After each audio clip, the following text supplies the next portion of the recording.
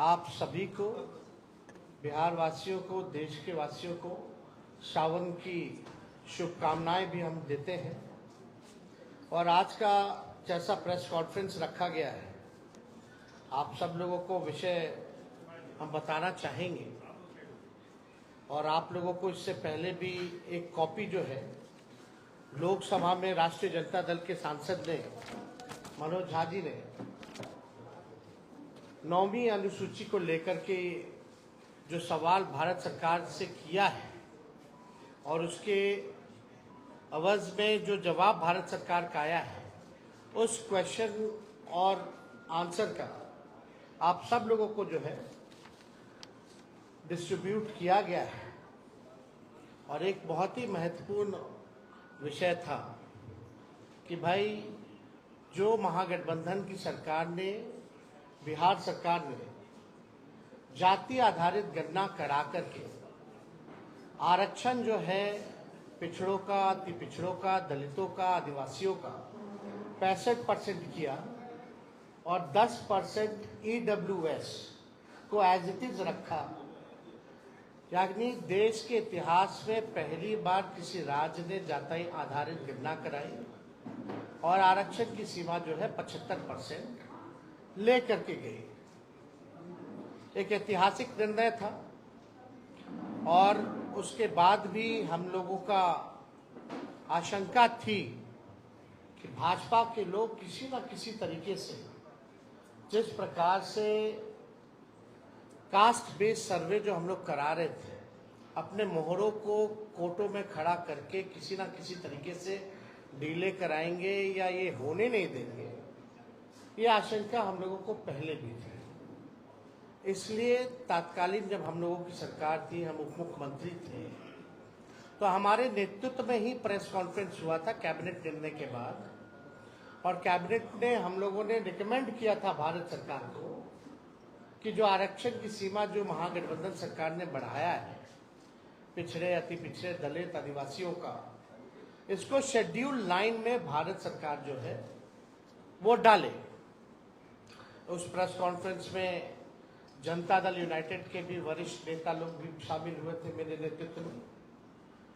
और ये बात स्पष्ट रूप से हम लोगों ने कहा था कि जो रिकमेंडेशन बिहार सरकार ने दिया है उसको तमिलनाडु के तर्ज पर, जो आरक्षण तमिलनाडु का शेड्यूल 9 में है, इससे कोई भी आरक्षण पे छेड़खानी नहीं हो सकती है।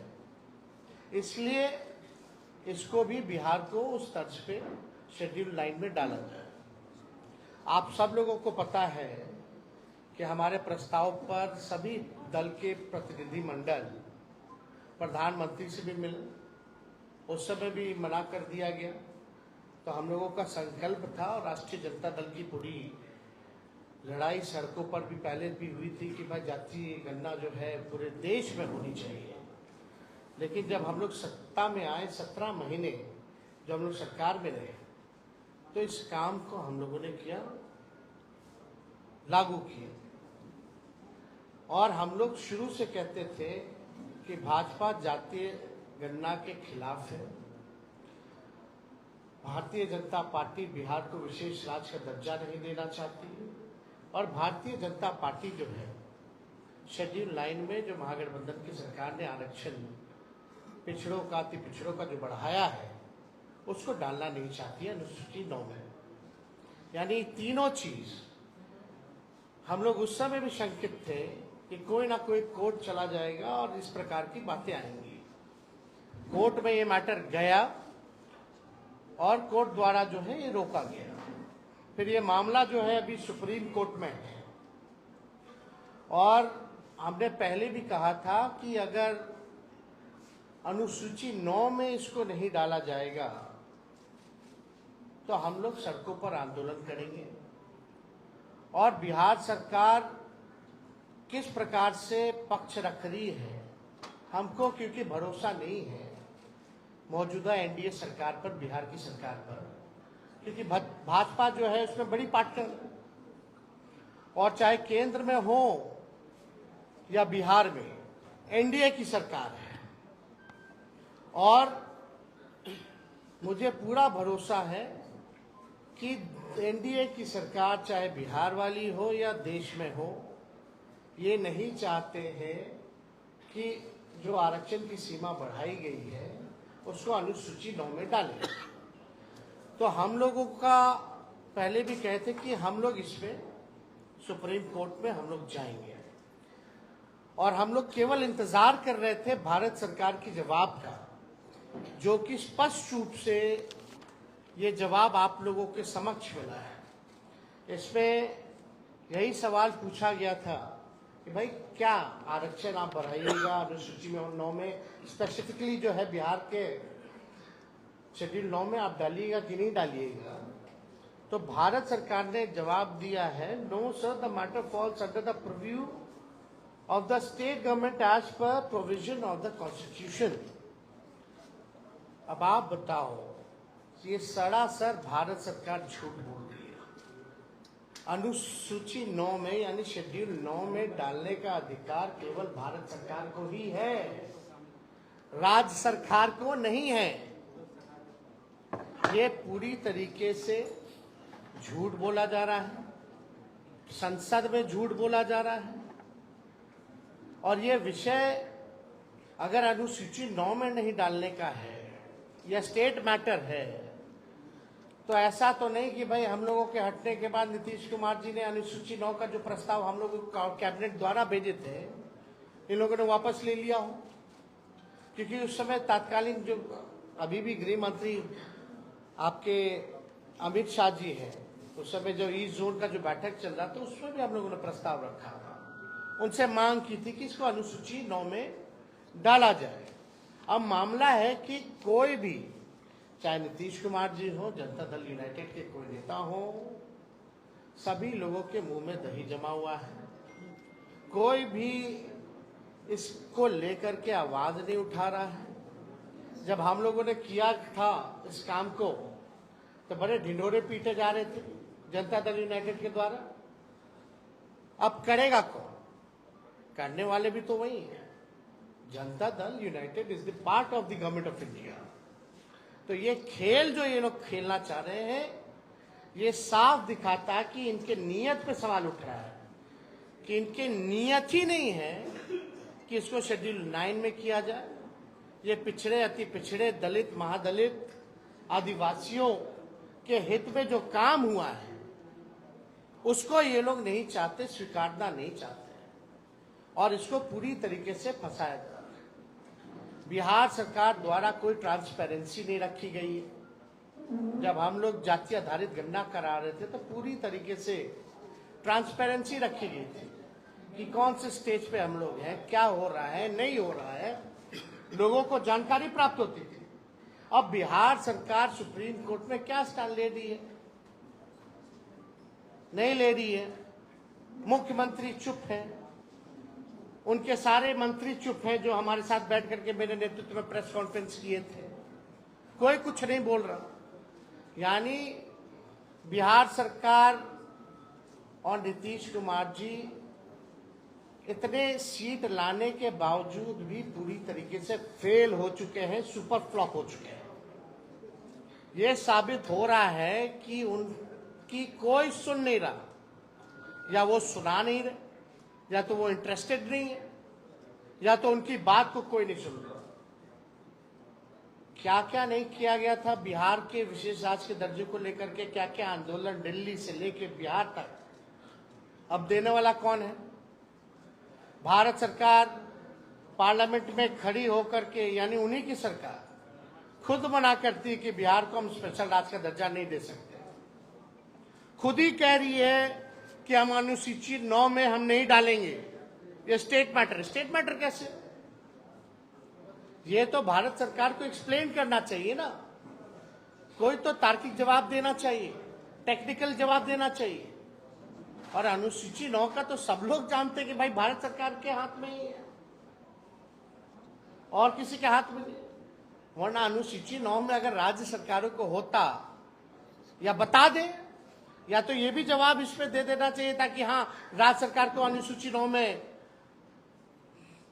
देने का, रखने का दर्जा दिया गया है या है, ये भी बात बता देनी चाहिए थी। तो ये भी बात नहीं कही गई है।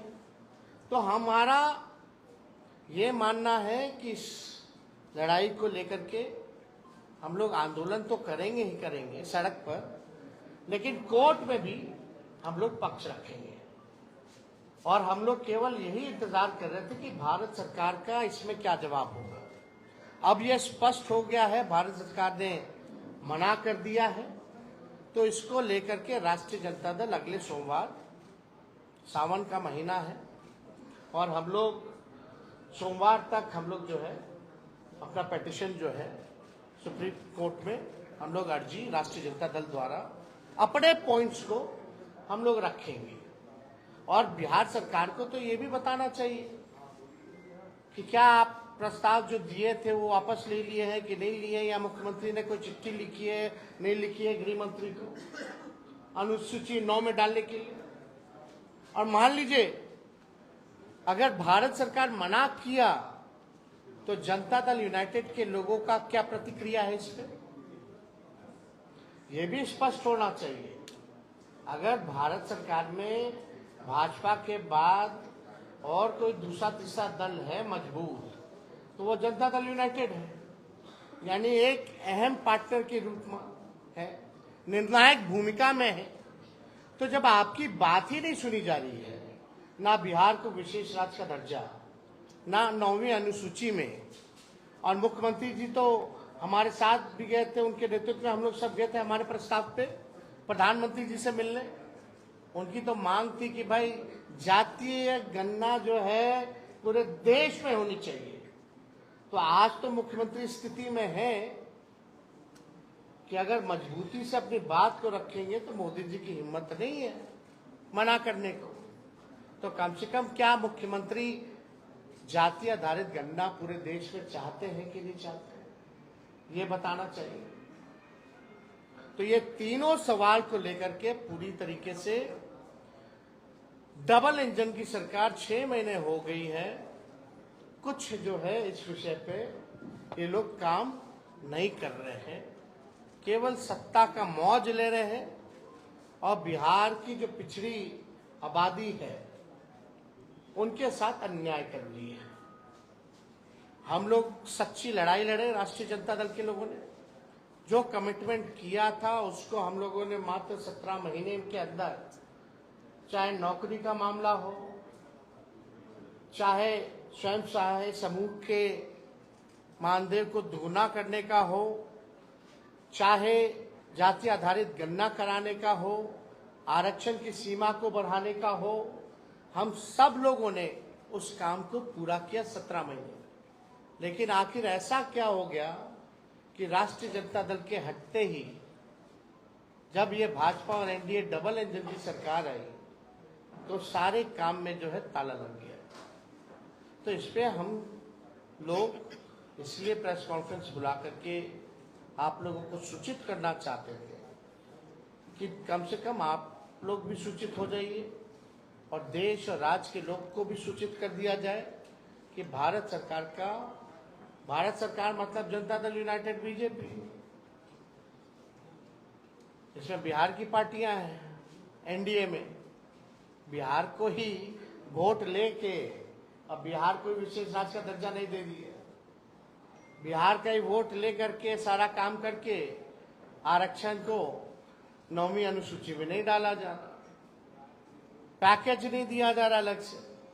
बजट में तरह तरह की बातें आई, जितना इंफ्रास्ट्रक्चर का पुराना मामला जो हमने उठाया वही सारा उसी टाइम हो गया था, उसी चीज को दोहराया गया, खाली नोट कवर बदल दिया गया। तो हम लोग इसको लेकर के हम लोग जो है जनता के बीच जाएंगे, अदालत सर्वोच्च न्यायालय हम लोग जाएंगे और अपने पक्ष को मजबूती के साथ रखेंगे और किसी भी कीमत पर जो आरक्षण महागठबंधन की सरकार ने बढ़ाया था उसको खत्म नहीं होने देंगे, उसको लागू करा करके ही हम लोग दम लेंगे। इसलिए आप सब लोगों को हम बुलाए और कोई विषय पे अगर आप लोगों को सवाल पूछना हो, यार आप तो बोले 15 अगस्त के बाद हम लोग जाएंगे, नियत ही खराब है। अरे भाई 17 साल से तो उन्हीं लोगों का डबल इंजन का सरकार था, पहले क्यों नहीं जाति आधारित गणना हुआ? आरक्षण क्यों नहीं बढ़ाया गया?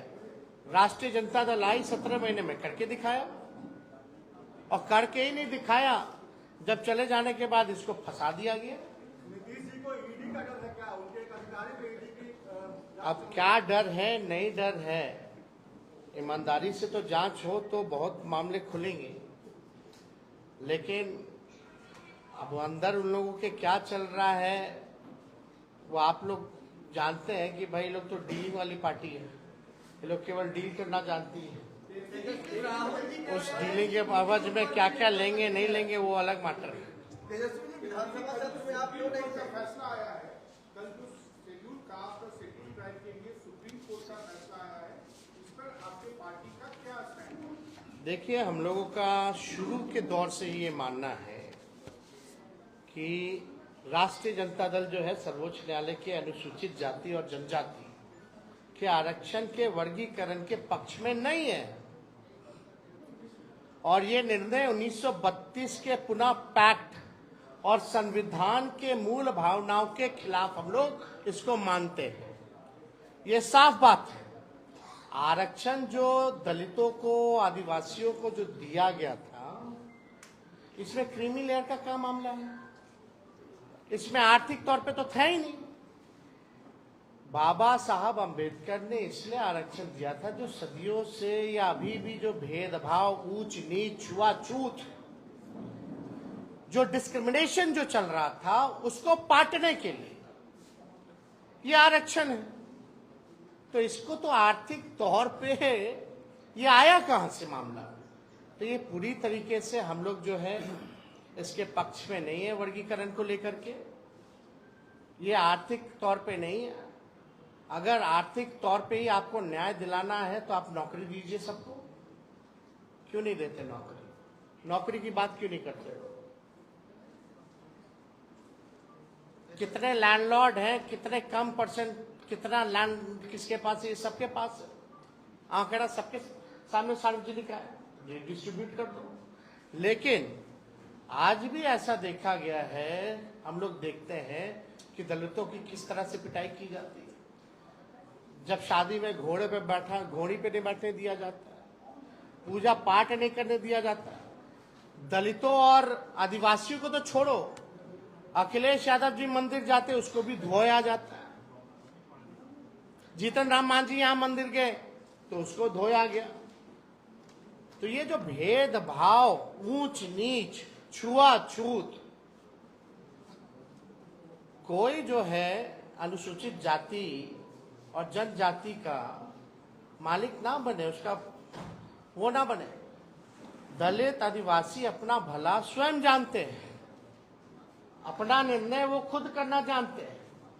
इसलिए हम लोग पूरी तरीके से जो है केंद्र सरकार से हम चाहते हैं कि अध्यादेश ला करके जो विसंगति है उसको दूर किया जाए इस मामले में। और इसमें क्यों नहीं अध्यादेश लाया जा सकता? जब केंद्र सरकार SC/ST एक्ट को लेकर के अध्यादेश ला सकती है तो इस मामले में अध्यादेश क्यों नहीं लाया जा रहा? तो हम लोग तो चाहेंगे कि एनडीए की जो सरकार है इसमें अध्यादेश ला करके विसंगतियों को जो है दूर किया जाए। अनुराग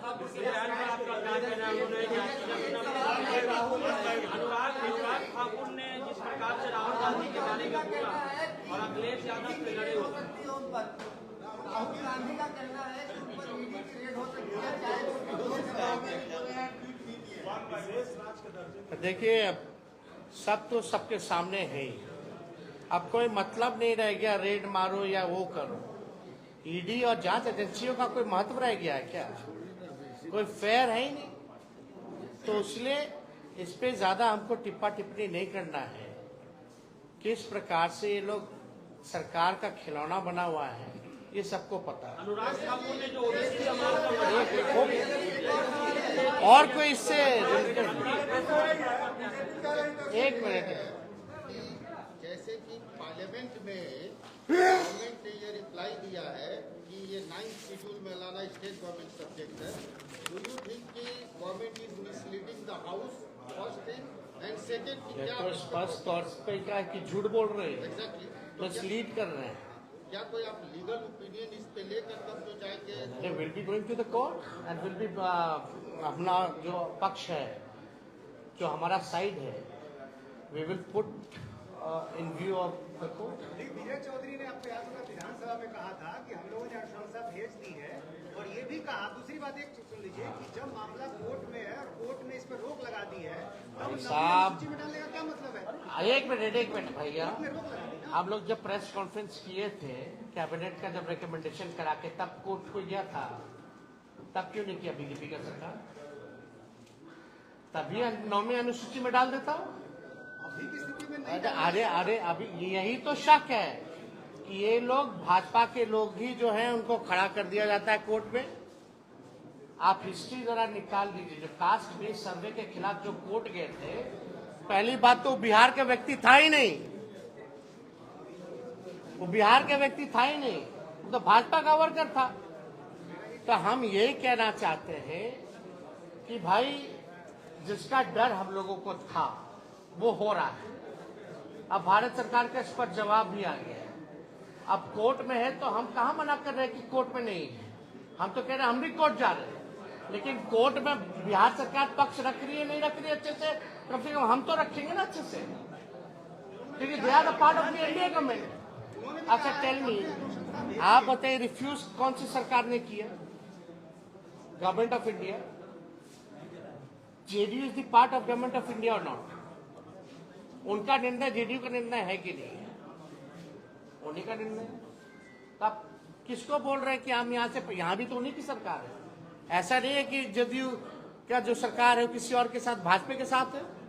अब भाजपा की बदौलत ही है यहाँ, और वहां इनके बदौलत है। तो मुख्यमंत्री को इतना तो हैसियत अब मिल गया है ना भाई, अब इसकी स्टैंड ले सके, और जो स्टैंड ले ले उसको होना चाहिए, वरना गिराओ सरकार। तो नियत ही आपका ठीक नहीं है किस बात का। चलिए प्रदेश में ठाकुर लालू यादव की